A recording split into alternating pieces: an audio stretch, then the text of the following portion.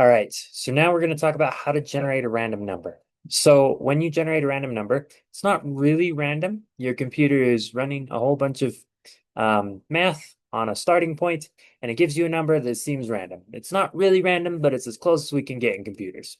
So the way you generate a random number is you use the math library. So to use the math library, just like we've been doing in the last videos, we type math, and then we type dot, and then we type random. This random, and then we'll put parentheses. This generates a random number between 0 and 0.99999 repeating. So to demonstrate this, I'm going to create a variable. Say let my num equal math.random, and then put the parentheses and the semicolon, and then we'll just alert my num. So we'll save this, and we'll go take a look at our webpage, and it put 0.319250. And that's the number on screen. So we'll reload the page, and now we got 0.0018. And we'll reload the page, and it's 0.0551. So it's always between 0 and almost positive 1. It will never include 1, but it'll get close. So let's say you want to generate a number, but you want to generate a number between 0 and 10. So if this right here generates a number between 0 and 0.99999. If we multiply that by 10, then it'll generate a number between 0 and 9.99999. So that could get us a random number between 0 and 9.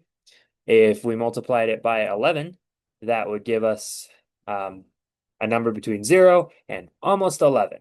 So we can take advantage of that and generate that random number. So what I'm going to do is I'm going to say, let's take this random number and let's multiply it by 10.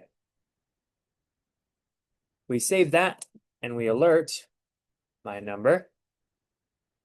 We now get 8.1. And if we reload, we get 3.7. We reload, we get 3.4. So we can see it's generating random numbers, but it has a lot of decimal places on the end. And maybe we want to get rid of those. If only there was a way to chop decimal places off of a number. And there is. The way you do that is you use what is called the floor function.